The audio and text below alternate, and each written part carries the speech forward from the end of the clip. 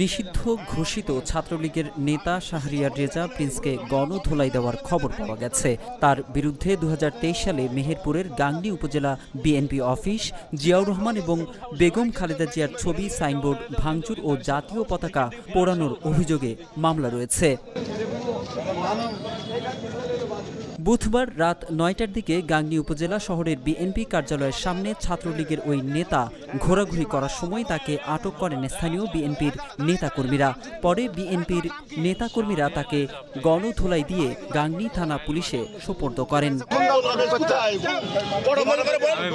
জানা গেছে, নিষিদ্ধ ঘোষিত ছাত্রলীগ নেতা শাহরিয়ার রেজা প্রিন্স উপজেলা ছাত্রলীগের নেতা ও গাংনী উপজেলার মাইলমারি গ্রামের শহীদুল ইসলামের ছেলে। এক্সট্রিম মশার কয়েল প্ল্যান্ট ফাইবার দিয়ে তৈরি, ডেঙ্গু, চিকুনগুনিয়া বাহি সহ যে কোনো মশার বিরুদ্ধে দেয় এক্সট্রিম সুরক্ষা। বিএনপির দলীয় সূত্র জানিয়েছে, 2023 সালে বিএনপির প্রতিষ্ঠা বার্ষিকীর কর্মসূচি চলাকালে নিষিদ্ধ ঘোষিত ছাত্রলীগের নেতাকর্মীরা অফিসে ভাঙচুর চালায় এবং জাতীয় পতাকা পুড়িয়ে দেয়। 3 সেপ্টেম্বর বিএনপি অফিসের সামনে ঘোরাঘুরির সময় প্রিন্সকে বিএনপি নেতাকর্মীরা চিনে ফেলে। এক পর্যায়ে তাকে আটক করা হয়।